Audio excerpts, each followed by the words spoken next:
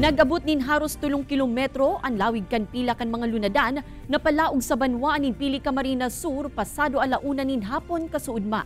Pag-abot sa may porsyon kan Schools Division Office kan Camarines Sur, medyo nagluluway ang dalagan kan mga lunadan. Ang magabat na bulos nin trapiko liwat pang namatean ngunyan na aldaw. Nagpapadagos kaya ang release kan SRI o Service Recognition Incentive kan nasa 21,000 na mga empleyado kan nasambitan ng opisina na sinabayan pa kan holiday rush. Ang direktiba kan DepEd Central Office, cash ining itao sa mga empleyado kaya obligadong i-claim inin personal.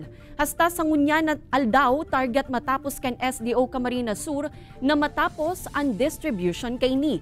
Alagad posibleng mag-extender sa aga ta may mga daing nakaabot na mga empleyado.